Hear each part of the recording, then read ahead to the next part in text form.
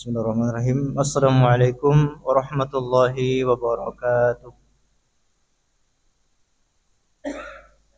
Innal hamdalillah nahmaduhu wa nasta'inuhu wa nastaghfiruh wa natubu ilayhi wa na'udzu billahi min shururi anfusina wa min sayyiati a'malina. May yahdihillahu fala mudilla lahu wa may yudlil fala hadiya lahu. Wa asyhadu an la ilaha illallah wahdahu la syarika lahu wa asyhadu anna Muhammadan abduhu wa rasuluh.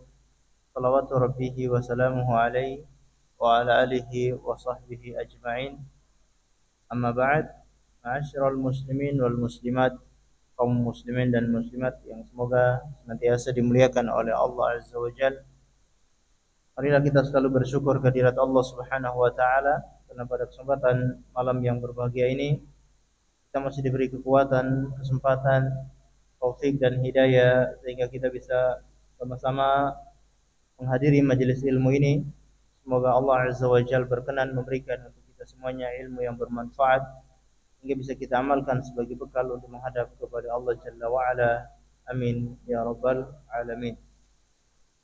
Salawat dan taslim semoga tetap tercurahkan kepada junjungan kita Nabi besar Muhammad sallallahu alaihi wasallam, juga kepada seluruh keluarganya, para sahabatnya dan umatnya yang setia mengikuti tuntunannya sampai hari kiamat. Kaum muslimin dan muslimat yang dimuliakan oleh Allah, seperti biasanya kita akan sama-sama mempelajari dosa-dosa besar yang ditulis oleh Imam Az-Zahabi rahimahullahu taala, yaitu al-kabair, dosa-dosa besar. Dan kita mempelajari dosa-dosa besar ini agar kita berusaha menjauhinya. Seandainya kita terjerumus dalam dosa-dosa ini, hendaknya kita mulai bertobat kepada Allah dan meninggalkan dosa-dosa tersebut. Karena jaminannya adalah barang siapa yang meninggalkan dosa-dosa besar yang dilarang oleh Allah, maka akan diampuni dosa-dosanya dan juga akan dimasukkan ke dalam mudkhalan karima. In tajtanibu kabairu ma tunhauna ankum nukaffir ankum sayiatikum wa nudkhilkum mudkhalan karima. Seandainya kalian menjauhi dosa-dosa besar yang telah kami larang kepada kalian, maka akan kami ampuni dosa-dosa kalian, yaitu dosa-dosa kecil. Kalau kita berhasil menjauhi dosa-dosa besar, maka jaminannya dosa-dosa kecil itu akan diampuni oleh Allah Subhanahu wa taala. Tidak hanya sampai di situ, wa nudkhilkum mudkhalan karima, dan akan kami masukkan kalian ke dalam mudkhalan karima, tempat yang sangat mulia, yaitu surga. Mudkhalan karima disebutkan oleh Imam Ibnu Katsir rahimahullahu taala, sanaun jamil wa thawabun jajil. Pujian yang sangat indah dan balasan yang sangat agung. Dan tidak ada yang lebih daripada itu melainkan surga. Maka kita berusaha untuk terus mempelajari dosa-dosa besar agar menjauhinya, serta kita bertobat darinya, dan kita berusaha mengingatkan saudara kita agar menjauhi dosa-dosa besar tersebut. Kita masih mempelajari dosa besar yang ke-50, al-kabiratu al-khamsun, yaitu adiyatul muslimina wa syatmihim, yaitu mencaci maki atau mengganggu kaum muslimin dan mencaci maki mereka. Ini termasuk dosa besar, mengganggu kaum muslimin, mengganggu dengan lisan, mengganggu dengan perbuatan, atau mencaci maki kaum muslimin, mencaci maki saudaranya. Ini merupakan perbuatan dosa besar. Kita sudah mempelajari beberapa hadis dan juga beberapa ayat. Di antaranya firman Allah Subhanahu wa taala, walladzina yu'dunal mu'minina wal mu'minati bighairi maktasabu faqad ihtamalu buhtanan wa itsman mubina. Dan orang-orang yang menyakiti kaum mukminin baik laki-laki maupun perempuan bighairi maktasabu, tanpa ada kesalahan pada mereka, tidak punya salah dituduh, tidak punya kesalahan disiksa, tidak punya kesalahan dirampas hartanya, maka faqad ihtamalu buhtanan wa itsman mubina. Sungguh dia telah melakukan kedustaan yang sangat besar dan melakukan dosa yang sangat nyata. Allah juga berfirman, wala tajassasu wala yaghtab ba'dukum ba'dha. Jangan kalian saling tajassus mencari-cari kesalahan orang lain, dan jangan saling menggibah, menceritakan, membicarakan keburukan sesama kalian. Siapa di antara kita yang tidak terlepas dari keburukan? Kita semua punya keburukan, maka tidak pantas seseorang menceritakan keburukan orang lain, menyebarkan aib orang lain. Ini sama sekali tidak pantas. Karena orang yang menyebarkan aib orang itu seakan-akan dia bebas dari aib, seakan-akan dia bebas dari keburukan. Padahal bisa jadi dirinya lebih buruk daripada orang yang sedang dia sebar keburukan-keburukannya itu. Kalau kita sadar kita punya banyak kekurangan, kita punya banyak aib, kita punya banyak kekurangan, banyak keburukan, maka hati-hati jangan kita berusaha mencari-cari kekurangan dan aib orang lain. Allah juga berfirman, wailul likulli humazatil lumazah, yaitu neraka wail bagi orang-orang yang mencaci maki orang lain dengan lisannya, kemudian juga dengan anggota badannya. Dengan lisannya dia menghina orang, atau dengan anggota tubuhnya juga dia menghina orang. Dia mempraktekkan kekurangan orang lain. Ini adalah ancamannya adalah wailun, neraka wail. Nabi sallallahu alaihi wasallam juga bersabda, inna syarran nasi manzilatan 'indallahi man wada'ahu nasu ittaqa'a fahsyahu. Sesungguhnya seburuk-buruk manusia di sisi Allah Subhanahu wa taala adalah orang yang ditinggalkan oleh manusia. Orang yang dijauhi oleh manusia. Orang lain menjauhi orang itu karena khawatir dari keburukan orang itu. Kalau kumpul dengan orang itu, lisannya selalu menyakiti. Kalau berkumpul dengan orang itu, tangannya tidak bisa diam. Dikit-dikit menampar sana, dikit-dikit menampar sini. Kalau ketika marah, langsung memukul atau langsung melempar dan seterusnya. Nah, orang tidak suka dengan orang yang memiliki sifat seperti ini. Orang yang dijauhi oleh manusia, maka kata Rasulullah, seburuk-buruk manusia di sisi Allah Subhanahu wa taala. Wa qala sallallahu alaihi wasallam, beliau juga bersabda, innallaha yabghidul fahish al-badhi. Sesungguhnya Allah Subhanahu wa taala sangat benci dengan orang yang mulutnya itu keji dan kotor. Mencaci maki orang lain, lisannya mengumpat, lisannya menjelek-jelekan orang lain, berkata-kata kotor. Ini orang yang sangat dibenci oleh Allah Subhanahu wa taala. Wa qala sallallahu alaihi wasallam, ibadallah, innallaha wada'al haraj illa man iktarasa 'arada akhihi. Fadzalika alladzi haraj au halak. Rasulullah sallallahu alaihi wasallam pernah berkhutbah lalu berkata, ibadallah, wahai hamba-hamba Allah, sesungguhnya Allah akan menghapus semua dosa-dosa hambanya. Allah akan menghilangkan atau mengampuni dosa-dosa hamba-hambanya illa man iktarasa 'arada akhihi, kecuali orang-orang yang menyebarkan aib saudaranya, atau orang-orang yang menceritakan, menyebarkan atau mencari-cari kesalahan aib saudaranya. Fadzakal ladzi haraj, itulah orang yang berdosa, au halak, itulah orang yang binasa. Wa qala sallallahu alaihi wasallam, Nabi sallallahu alaihi wasallam juga bersabda, kullul muslim alal muslim haram arduhu irduhu wa maluhu wa damuhu.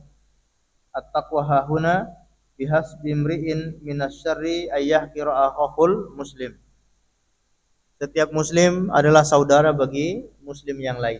Sesama muslim itu adalah saudara. Kalau saudara maka haramun irduhu, haram kehormatannya. Kehormatannya haram untuk dilecehkan. Kehormatannya haram untuk direndahkan. Harus dijaga harga dirinya, harus dijaga kehormatan sesama muslim itu. Wa maluhu, begitupun hartanya juga harus dijaga. Hartanya haram untuk dipakai, haram untuk diambil, kecuali dengan cara yang diizinkan oleh syariat. Wa damuhu, begitupun darahnya juga haram. Darahnya haram untuk ditumpahkan, haram untuk dialirkan. Ini semua ada haram sesama muslim. At-taqwa hahuna, ketakwaan itu berada di sini. Dalam beberapa riwayat beliau mengisyaratkan ila sodrihi, ke dadanya. At-taqwa hahuna, at-taqwa hahuna, beliau mengisyaratkan ke dadanya bahwa ketakwaan itu ada di dalam hati. Artinya beliau mengingatkan kepada kita sekalian bahwa yang paling istimewa di sisi Allah adalah orang-orang yang bertakwa, bukan orang yang paling bagus keturunannya, bukan orang yang paling banyak hartanya, bukan orang yang paling bagus penampilannya. Bukan itu yang membuat orang itu mulia di sisi Allah Subhanahu wa taala. Karena kebanyakan orang itu kenapa dia semena-mena? Karena merasa dia punya kelebihan. Dia punya kelebihan harta, dia menghina orang. Dia punya kelebihan kedudukan, dia kedudukannya lebih tinggi daripada yang lain, maka dia seenaknya mengambil harta orang lain, seenaknya menghukum orang, seenaknya membuat kebijakan-kebijakan yang merugikan orang lain. Nah, ini semua biasanya dilakukan oleh orang-orang yang memiliki kelebihan. Maka diingatkan oleh Nabi Shallallahu Alaihi Wasallam, at-taqwa hahuna. Takwa itu di sini, bukan dengan penampilan, bukan dengan harta, bukan dengan kedudukan, tapi dengan hati. Semakin orang itu hatinya ikhlas, semakin orang itu hatinya percaya, semakin kuat kepercayaannya kepada Allah, kepada hari kiamat, maka itulah orang-orang yang semakin kuat juga ketakwaannya. Atau juga yang disebutkan oleh Allah Subhanahu wa taala, inna akramakum indallahi atqakum. Sesungguhnya orang yang paling mulia di sisi Allah adalah orang yang paling bertakwa di sisi di antara kalian. Bihasbi imri'in minasyarri ayyahqira akhahul muslim. Sudah cukup seorang itu dikatakan orang yang buruk kalau dia itu merendahkan saudaranya sesama muslim. Itu sudah cukup baginya dia menjadi orang yang buruk. Walaupun mungkin dia punya kebaikan banyak. Dia punya kebaikan sholat, dia punya kebaikan sedekah, dia punya kebaikan zakat atau berhaji berulang-ulang. Tapi kebaikan-kebaikannya itu tidak dianggap kalau seandainya dia merendahkan orang lain.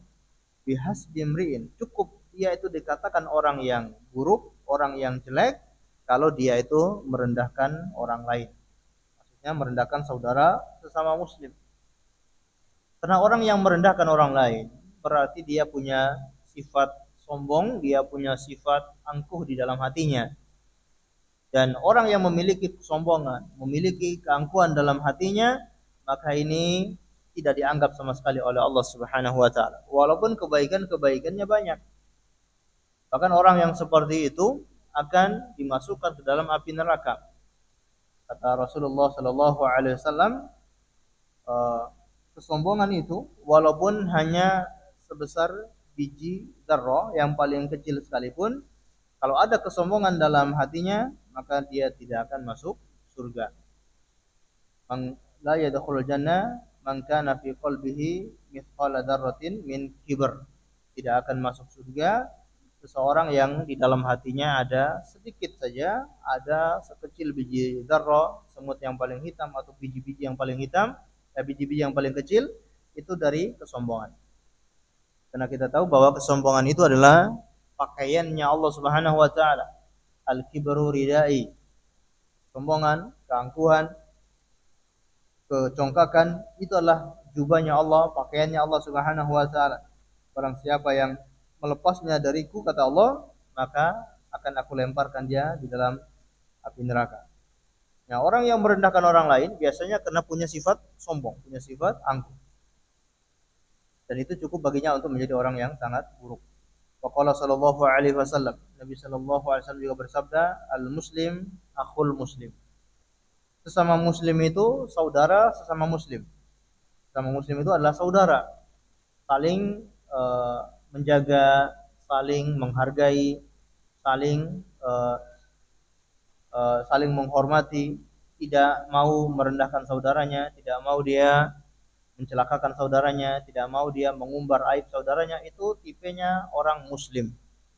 Tipenya, sifatnya seorang muslim itu selalu menjaga saudaranya, menjaga aibnya, menjaga hartanya, menjaga harga dirinya, menjaga darahnya. Dia selalu hati-hati untuk bermuamalah dengan sesama saudaranya, sama muslim. Nah, itu tipe orang-orang yang dikatakan orang muslim. La yadlimuhu wa la yakhdhuluhu wa la yahqiruhu. Dia tidak berbuat zalim kepada saudaranya. Dia tidak uh, dia tidak mencelakakan saudaranya, wa la yahqiruhu, dia tidak merendahkan atau tidak menghina saudaranya. Bihasbi imri'in minasyarri ayyahqira akhul muslim. Cukuplah seorang itu dikatakan orang yang buruk kalau dia itu merendahkan saudaranya sesama muslim. Ini hadisnya agak mirip dengan hadis yang pertama tadi, menunjukkan kepada kita bahwa tidak boleh sama sekali seseorang itu merendahkan saudaranya. Bahkan orang-orang seperti itu, ya tadi kita sebutkan ciri-ciri orang-orang yang sombong, merasa dirinya lebih mulia, merasa dirinya lebih hebat, merasa dirinya lebih tinggi daripada orang lain. Ini sangat berbahaya. Kalau punya sifat semacam ini, maka harus segera dihilangkan. Kata Rasulullah sallallahu alaihi wasallam, al-kibaru batrul haq wa ghamtun nas. Kesombongan itu adalah menolak kebenaran dan ghamtun nas, merendahkan manusia, merasa dirinya paling tinggi. Orang lain tidak selevel dengan dia. Ini berbahaya. Ini penyakit yang sangat berbahaya yang harus kita jauhi bagi setiap orang muslim.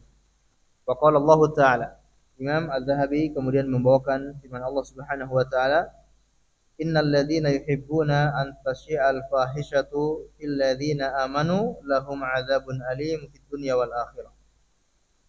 Sesungguhnya orang-orang yang suka untuk menyebarkan al-fahisyah, yaitu kekejian, fil ladzina amanu, kepada orang-orang yang beriman, lahum 'adzabun alim, bagi mereka azab yang pedih fid dunya wal akhirah. Bagi mereka azab yang menghinakan, yang pedih di dunia maupun di akhirat. Jadi, sebagian orang suka sekali untuk menjelek-jelekkan saudaranya sama muslim. Suka sekali kalau ada saudaranya yang terhina. Bahkan mereka berupaya untuk menyebar keburukan-keburukan saudaranya itu. Nah, ketika keburukan saudaranya itu sudah tersebar, saudaranya itu sudah dihinakan, dia merasa puas. Dia tidak puas kalau saudaranya itu belum dihinakan, belum tersebar aib-aibnya. Nah, ini sifat orang-orang yang buruk, sifat orang-orang yang tidak akan mendapatkan kebaikan, tidak akan dimasukkan oleh Allah ke dalam surga.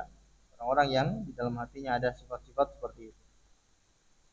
Kemudian, nah ini hadis yang terakhir kemarin kita bahas. Qala Nabi sallallahu alaihi wasallam, sibabul muslim fusuq wa qitaluhu kufrun.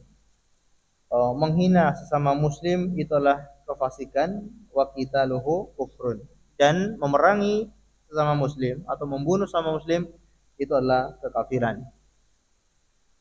Jadi kita tahu bahwa fusuq, orang yang dikatakan orang fasik, yaitu orang-orang yang melakukan dosa besar. Jadi orang beragama Islam, ya, ada yang orang yang muslim yang taat, muslim yang soleh, ada juga muslim yang fasik. Nah, orang-orang muslim yang fasik inilah mereka yang melakukan dosa-dosa besar. Rasulullah Shallallahu Alaihi Wasallam menamakan orang-orang yang menghina saudara sama muslim itu sebagai fusuk, orang yang fasik. Menunjukkan ini perbuatan yang sangat berbahaya, dosa besar. Menghina saudara sama muslim, fusuk, adalah kefasikan. Wa qitaluhu kufrun, sedangkan membunuh saudara sama muslim adalah kekafiran. Kemudian waqala sallallahu alaihi wasallam, la yadkhulul jannata man la ya'man jarahu bawa'iqah. Ini diantara bentuk mengganggu saudaranya, mengganggu sesama muslim adalah mengganggu tetangga. Dan tentunya mengganggu tetangga dosanya lebih besar daripada mengganggu selain tetangga. Mengganggu orang lain yang bukan tetangga itu tidak lebih besar dari mengganggu tetangganya. Ini perlu kita perhatikan. Kata Nabi Shallallahu Alaihi Wasallam, la yadkhulul jannah, tidak akan masuk surga. Ini ancaman yang sangat keras. Kalau ada orang yang mendengar hadis semacam ini, harusnya dia takut. Karena ancamannya apa? Tidak akan masuk surga. Seorang muslim ketika mendengar perkataan Nabi seperti ini, tidak akan masuk surga, dia harus selalu takut, hati-hati, jangan sampai terkena dengan ancaman semacam ini. Siapa mereka? Man la ya'man jarahu bawa'iqah, yaitu siapa yang tetangganya tidak merasa aman karena gangguannya. Ada orang-orang yang suka mengganggu tetangganya. Tetangganya tidak merasa aman. Gangguan itu bermacam-macam.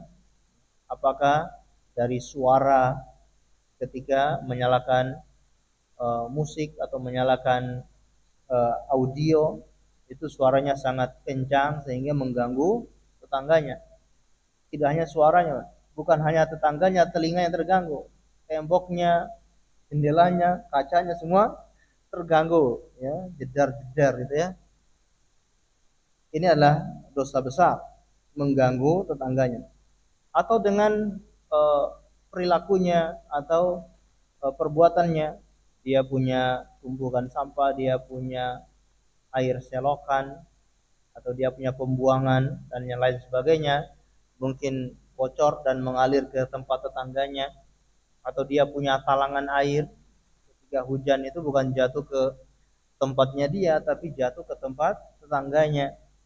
Dia punya pohon, daunnya itu jatuh ke tempat tetangganya. Harus hati-hati, jangan sampai perkara-perkara yang sepele seperti itu membuat tetangga kita itu terganggu. Walaupun kadangkala namanya orang juga nggak kasih tahu, dia merasa terganggu tapi ya dia biasa-biasa aja. Tapi kita nggak tahu gimana isi hati orang lain. Siapa tahu dia di depan kita seakan-akan nggak apa-apa, baik-baik. Ya, apalagi ya biasanya masyarakat kita kan seperti itu.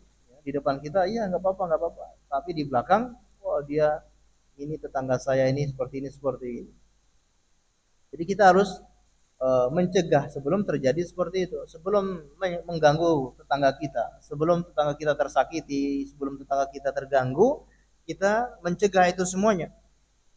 Contoh tadi seperti daun, pohon-pohon, maka kita sering bertanya ya, gimana apakah ini mengganggu atau tidak. Ya. Juga sering minta maaf kalau seandainya apa yang kita miliki itu mungkin mengganggu orang lain. Termasuk mungkin peliharaan yang mengganggu orang, ketika lewat di depan rumahnya kaget gara-gara suara hewan itu.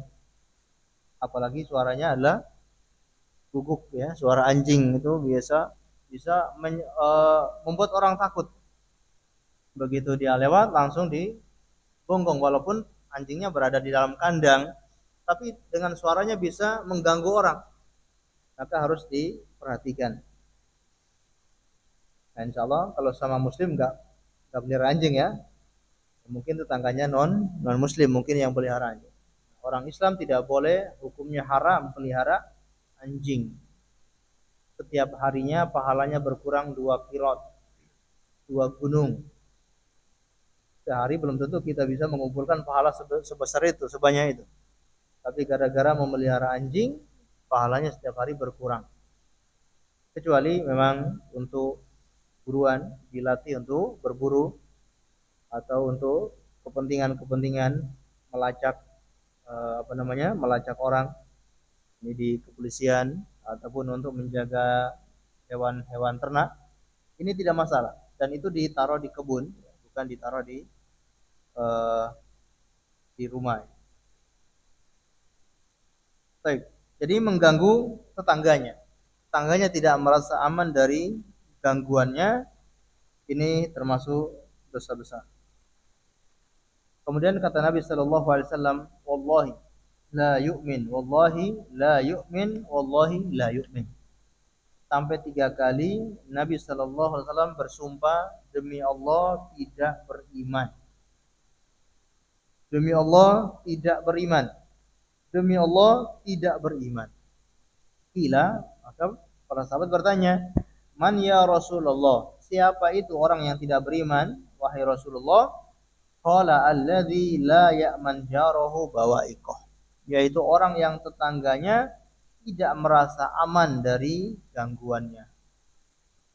Dan kita tahu bahwa ketika orang itu hidup berdampingan, dia hidup bertetangga, pasti sedikit banyak dia tahu aib-aib orang itu.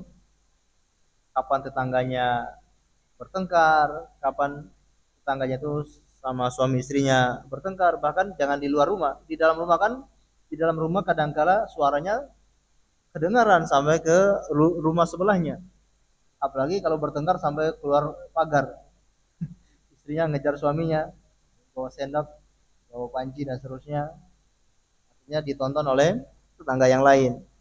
Sedikit banyak ketika kita hidup dalam bertetangga, pasti kita sedikit banyak tahu tentang kekurangan saudara kita, kekurangan tetangga kita. Maka kita harus menjaga aib-aibnya tetangga kita. Kita menjaga keburukan-keburukan tetangga kita. Jangan setiap ada tamu yang datang ke rumah kita, kita ceritakan, oh tetangga saya ini begini-begini. Kita jaga aib, keburukan tetangga-tetangga kita. Walaupun kita tahu banyak kekurangan-kekurangan tetangga kita itu.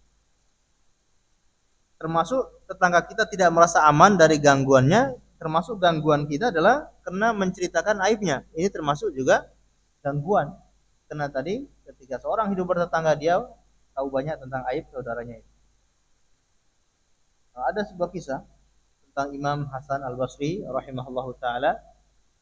Jadi Imam Hasan Al-Basri rahimahullahu taala, beliau punya tetangga orang kafir ya, orang Nasoro. Disebutkan bahwa rumah mereka itu rumah seperti apartemen. Jadi di atasnya itu ada tetangganya Nasoro, sedangkan dia berada di lantai yang bawah. Ternyata ada air yang menetes dari atas ke dalam kamar Imam Hasan Al-Basri rahimahullah. Dan Imam Hasan Al-Basri tidak mempermasalahkan itu sama sekali. Ini karena beliau sangat menghormati tetangganya.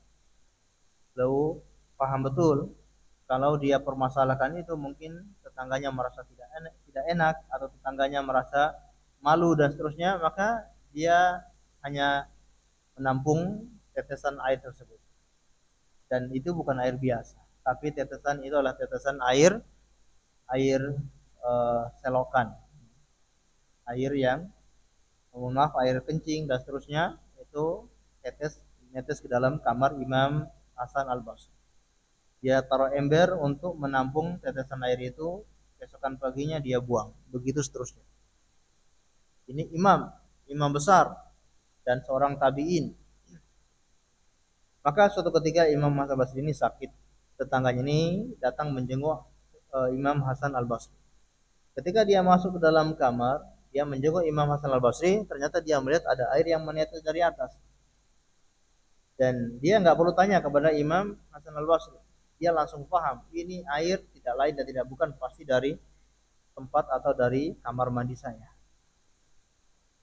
Maka dia bertanya, wahai Imam, saya minta maaf, sejak kapan engkau bersabar dari gangguan saya ini, dari air yang menetes itu? Saya tahu pasti air dari kamar mandi saya.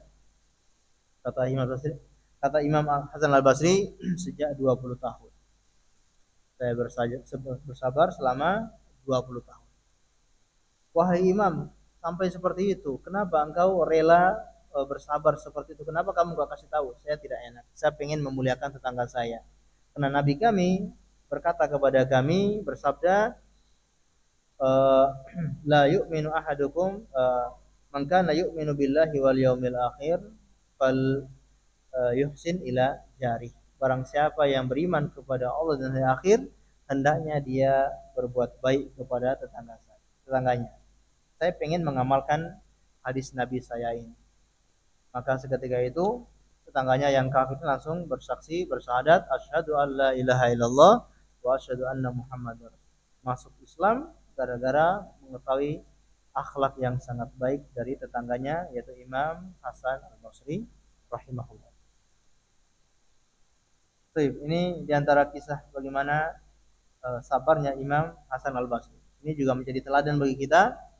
Tandanya kita mendapati tetangga yang mungkin mengganggu kita, ya kalau kita pribadi kita berusaha untuk bersabar. Kita berusaha untuk bersabar. Namun kita pribadi jangan sampai mengganggu tetangga kita. Jadi kadangkala itu menjadi tolak ukur. Misalkan kita tahu kalau perkara ini itu mengganggu tetangga saya terganggu ketika tetangga saya misalkan bakar sampah. Ada tetangganya bakar sampah, kemudian dia merasa terganggu, maka dia jadikan itu sebagai pelajaran. Kalau begitu saya jangan bakar, karena kalau saya bakar pasti orang juga akan merasa seperti saya, akan terganggu. Kalau dia punya pohon yang tidak dipangkas dan seterusnya, rindang sampai daunnya itu ke genteng tetangganya, maka dia juga sadar kalau seandainya tetangganya punya seperti itu, dia akan merasa terganggu, dia tidak mau berbuat seperti itu. Dan begitu seterusnya, kita jadikan itu sebagai tolak ukur agar jangan menyakiti tetangga kita. Dan sebetulnya ini tidak hanya untuk tetangga saja, tidak hanya untuk tetangga saja. Ya, tolak ukur melihat kepada diri kita itu yaitu akhlak kepada sesama manusia. Sehingga para ulama itu ketika mendefinisikan akhlakul karimah, akhlak yang baik adalah apa? Yaitu engkau berbuat kebaikan kepada orang lain sebagaimana engkau suka kebaikan itu diberikan kepadamu. Engkau melakukan kebaikan kepada orang lain sebagaimana engkau suka orang lain melakukan kebaikan kepadamu. Nah, itulah definisi dari akhlakul karimah. Jadi patokannya adalah diri kita. Kalau kita suka disapa, ya kita juga menyapa orang lain. Itulah akhlakul karimah. Kita suka disalami, kita suka ada yang mengucapkan salam kepada kita, ya kita juga mengucapkan salam kepada orang lain. Kita suka dikasih hadiah, kita tidak mau diganggu, maka kita pun jangan mengganggu orang lain. Kita tidak suka disakiti, maka kita pun jangan menyakiti orang lain. Begitulah seterusnya akhlakul karimah. Wa qala sallallahu alaihi wasallam, Nabi sallallahu alaihi wasallam juga bersabda, "Man kana yu'minu billahi wal yaumil akhir fala yu'dhi jarahu." Barang siapa yang beriman kepada Allah dan hari akhir, maka jangan mengganggu, jangan menyakiti tetangganya. Yang tadi kita jelaskan bahwa ancamannya adalah tidak akan beriman. Rasulullah SAW sampai 3 kali mengatakan tidak akan beriman. Ini berat. Tidak akan beriman, tidak akan beriman. Berarti kalau ada orang yang menyakiti tetangganya, imannya itu hilang, imannya itu tidak ada dalam hatinya. Kalau orang yang percaya akan adanya hari akhir, orang percaya akan adanya balasan dari Allah Subhanahu wa taala, maka dia selalu hati-hati tidak mau menyakiti tetangganya.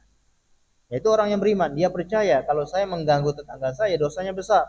Balasannya dari Allah sangat pedih, siksaannya sangat menyakitkan, maka dia tidak mau mengganggu tetangganya. Namun ketika kita membaca hadis-hadis semacam ini, maksudnya adalah tidak akan sempurna keimanan. Bukan berarti kalau orang yang menyakiti tetangganya dia kafir. Ini bukan seperti itu cara memahaminya. Wallahi la yu'min, demi Allah tidak akan beriman. Atau la yu'minu ahadukum, tidak akan beriman salah seorang di antara kalian. Cara memahami perkataan Nabi seperti ini adalah imannya itu tidak sempurna. Dia masih punya keimanan, tapi iman secara asal. Asal keimanan dia masih punya. Adapun kesempurnaan keimanan dia tidak punya. Sampai dikatakan tidak beriman. Maksudnya tidak sempurna keimanannya. Wa fi lafdil Muslim, dalam lafadznya Imam Muslim, kata Nabi sallallahu alaihi wasallam, "Man kana yu'minu billahi wal yaumil akhir falyuhsin ila jari." Barang siapa yang beriman kepada Allah dan hari akhir, hendaknya dia berbuat baik kepada tetangganya. Al-A'mash an Abi Yahya maula Ja'dah qala sami'tu Abu Hurairah radhiyallahu anhu yaqul. Dari Amas dari Abi Yahya maula Ja'dah, dia berkata, aku mendengar Abu Hurairah radhiyallahu anhu pernah berkata, "Ila ya Rasulullah."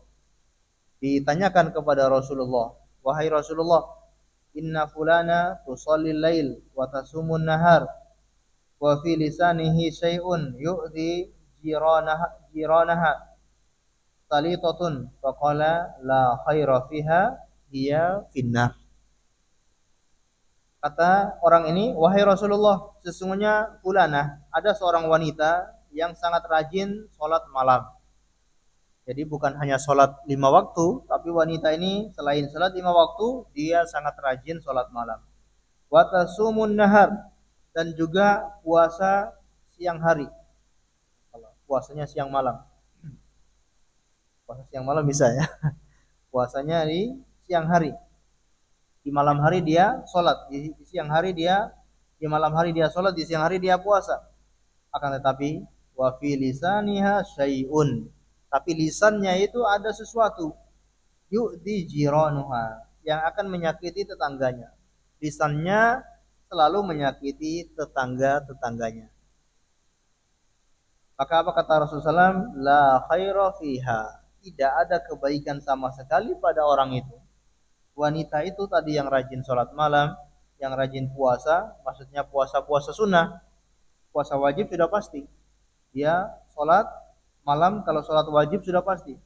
Ini dia sudah melakukan yang wajib-wajib sekaligus melakukan yang sunnah-sunnah.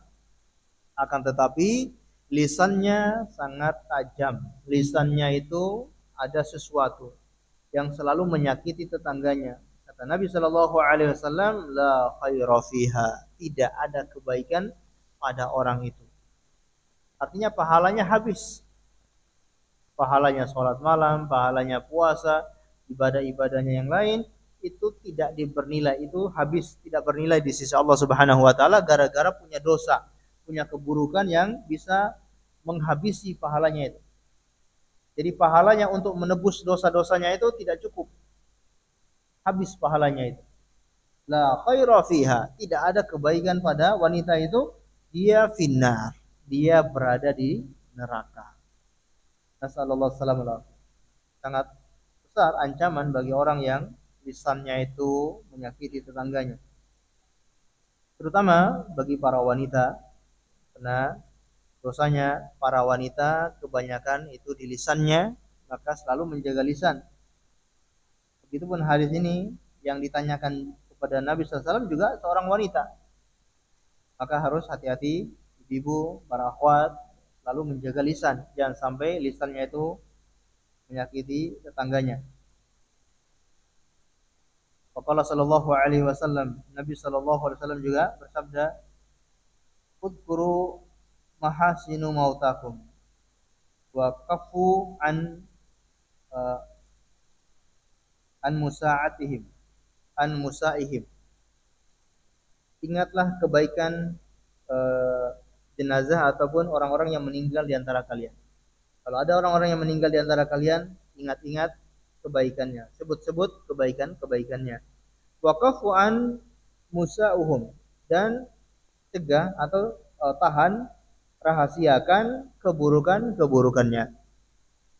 Inilah akhlak seorang muslim yang diajari oleh Nabi Shallallahu Alaihi Wasallam kepada orang yang sudah meninggal pun kita diajari untuk jangan menyakiti. Orang yang sudah meninggal pun kita diajari untuk menyebut-nyebut kebaikannya. Jangan menyebut-nyebut keburukannya. Justru kita disuruh untuk menutupi, untuk menahan, jangan menceritakan keburukan-keburukan orang yang sudah meninggal. Yang sudah meninggal saja kita dilarang untuk menceritakan keburukannya, apalagi yang masih hidup. Yang sudah meninggal, ya dia sudah tidak punya urusan dengan dunia. Adapun yang masih hidup, kalau dia mendengar ternyata ada fulan yang menceritakan keburukannya, ada fulan yang menghinanya, ini tentunya akan menyakiti hatinya. Itu orang yang meninggal itu dilarang, apalagi orang yang masih. Wa Nabi Dzarrin radhiyallahu anhu annahu sami'a an-nabiy sallallahu alaihi wasallam yaqul, dari Abu Dzar Al-Ghifari radhiyallahu anhu bahwasanya dia mendengar Nabi sallallahu alaihi wasallam bersabda, "Man da'a rajulan bil kufur aw qala adu Allah wa laisa kadzalik illa raja'a alaihi." Barang siapa yang menyeru seseorang dengan kalimat kufur, wahai kafir, ya, wahai orang kafir misalkan, padahal dia muslim. Au qala adu Allah, atau dia berkata kepada saudaranya itu adu Allah, wahai musuh Allah. Walaisa kadzalik, padahal dia bukan seperti itu, illa raja alai, kecuali ucapan itu akan kembali kepada dirinya. Ketika berkata kepada saudaranya wahai kafir atau wahai musuh Allah, kalau tidak benar, maka justru akan kembali kepada dirinya, alias dia yang menanggung dosa itu. Dialah yang kafir, dialah yang menjadi musuh Allah Subhanahu wa taala. Jadi perkataan yang kita ucapkan itu sangat berbahaya, walaupun kelihatannya sepele, kelihatannya itu ringan, tapi bisa jadi mencelakakan orang tersebut dan dia bisa menjadi sebab disiksa di api neraka. Kemudian Sufyan ibn Amr an Rashid ibn Sa'id wa ibni Nughair an Anas qala Rasulullah sallallahu alaihi wasallam lamma urija bi marartu biqaumin lahum adfarun min nuhasin yakhmisuna wujuhahum wa suduruhum faqultu man haula'i ya Jibril qala alladziina ya'kuluna luhumun nas yaqauna fi a'radihim. Kata Nabi sallallahu alaihi wasallam, tatkala aku diperjalankan di malam hari yaitu Isra Mi'raj, maka aku melewati beberapa kaum yang mereka memiliki kuku yang sangat tajam yang terbuat dari tembaga. Mereka memiliki kuku yang tajam terbuat dari tembaga. Yakhmisuna wujuhahum wa suduruhum. Mereka sedang mencakar-cakar wajah mereka dan dada mereka. Fakultu, aku berkata kepada Jibril, siapa mereka wahai Jibril? Maka Jibril menjawab, alladzina ya'kuluna luhumun nas. Mereka itulah orang-orang yang makan daging saudaranya.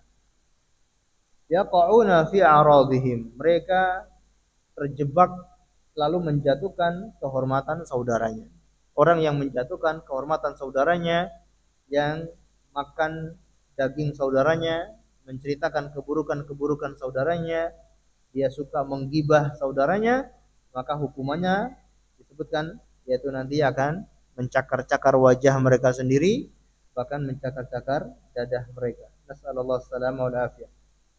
Kita dengarkan azan terlebih dahulu, kemudian kita lanjutkan sedikit insyaallah.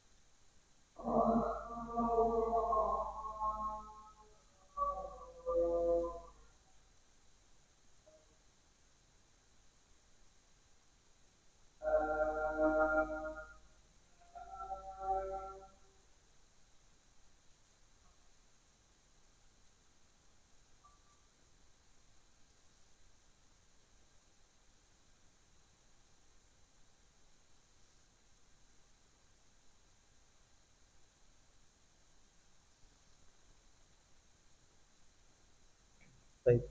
Ma'asyiral muslimin wal muslimat, azani Allahu wa iyyakum. Hadis berikutnya, qala Nabi sallallahu alaihi wasallam, inna minal kabair syatmur rajulu walidayhi. Sesungguhnya termasuk dosa besar adalah seseorang menghina orang tuanya. Qalu ya Rasulullah, wa hal syattum rajulu walidayhi? Wahai Rasulullah, apakah seseorang itu tega mencaci maki orang tuanya? Qala na'am. Kata Nabi sallallahu alaihi wasallam, betul. Yasubu abar rajul wa yasubu abahu wa yasubu ummuhu wa yasubu ummuhu. Yaitu seseorang mencaci maki bapak orang lain, maka orang itu pun mencaci maki bapaknya. Atau orang itu mencaci maki ibu orang lain itu pun mencaci maki ibunya. Jadi kalau orang mencaci maki bapak orang lain, mencaci maki ibu orang lain, sama saja dia sedang mencaci maki ibunya sendiri atau mencaci maki bapaknya sendiri. Jadi mencaci maki orang itu sekaligus dengan mencaci maki orang tuanya. Ini dosa besar.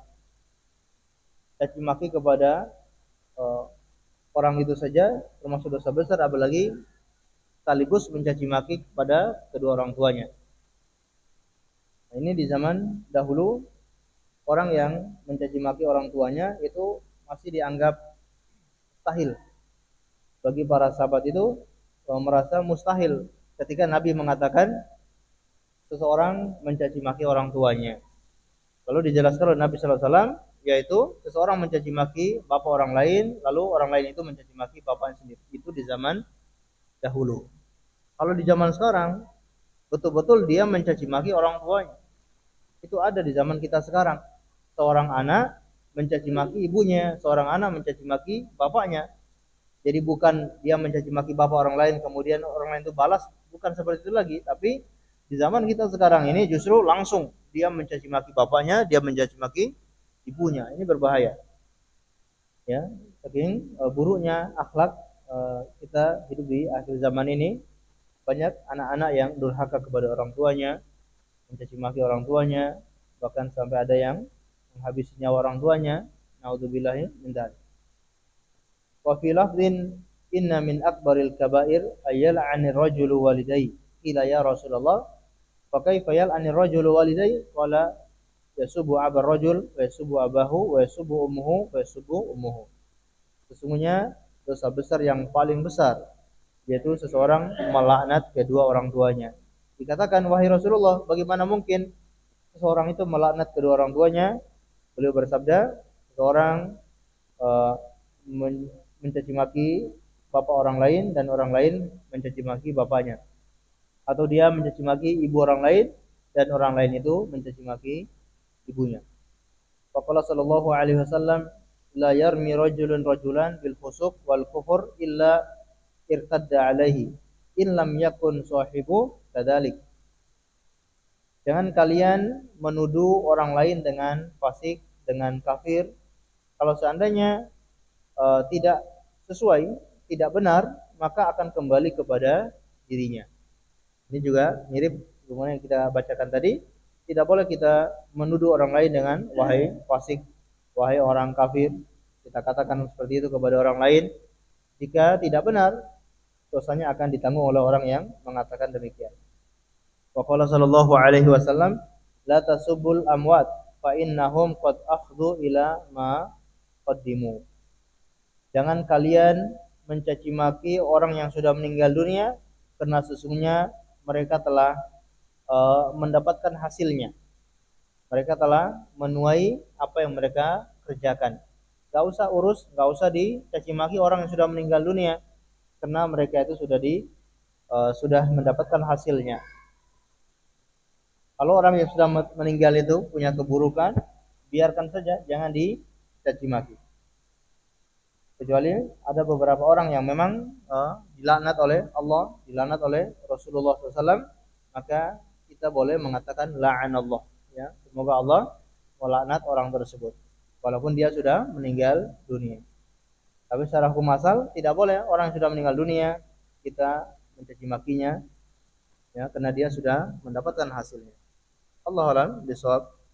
Jadi bab ini menerangkan kepada kita jangan kita menyakiti sesama muslim, jangan menyakiti orang lain dengan ucapan, dengan perbuatan, karena dosanya sangat besar.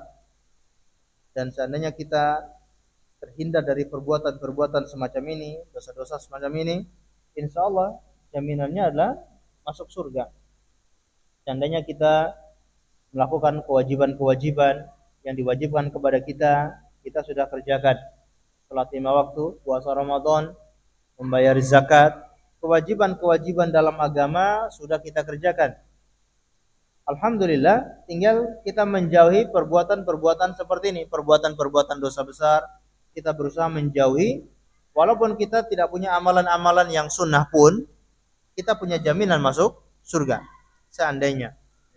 Kalau ada orang yang hanya mengerjakan yang wajib-wajib saja, sunnah-sunnah nggak pernah dia kerjakan, yang wajib-wajib saja, dan dia berhasil terhindar dari perbuatan dosa-dosa besar ini, termasuk menyakiti orang lain, maka insya Allah jaminannya dia masuk surga.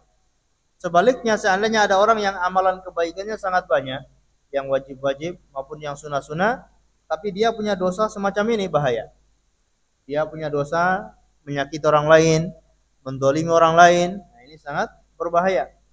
Bisa-bisa amalan-amalan kebaikannya itu habis gara-gara dosa-dosa dia kepada orang lain. Sebagaimana tadi kita lihat, seorang wanita yang rajin sholat malam, rajin puasa di siang hari, walaupun begitu banyak amalannya, dimasukkan ke dalam neraka gara-gara menyakiti tetangganya. Lisannya tidak bisa dia jaga.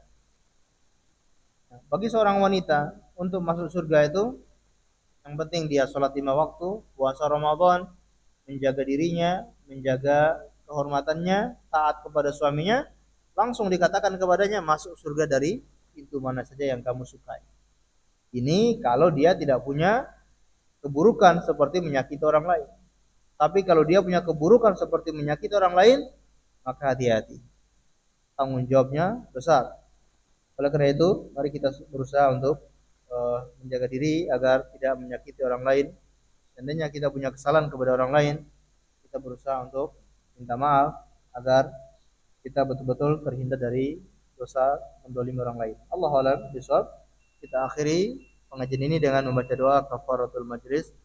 Subhanakallahumma bihamdika asyhadu an la ilaha illa anta astaghfiruka wa atubu ilaik.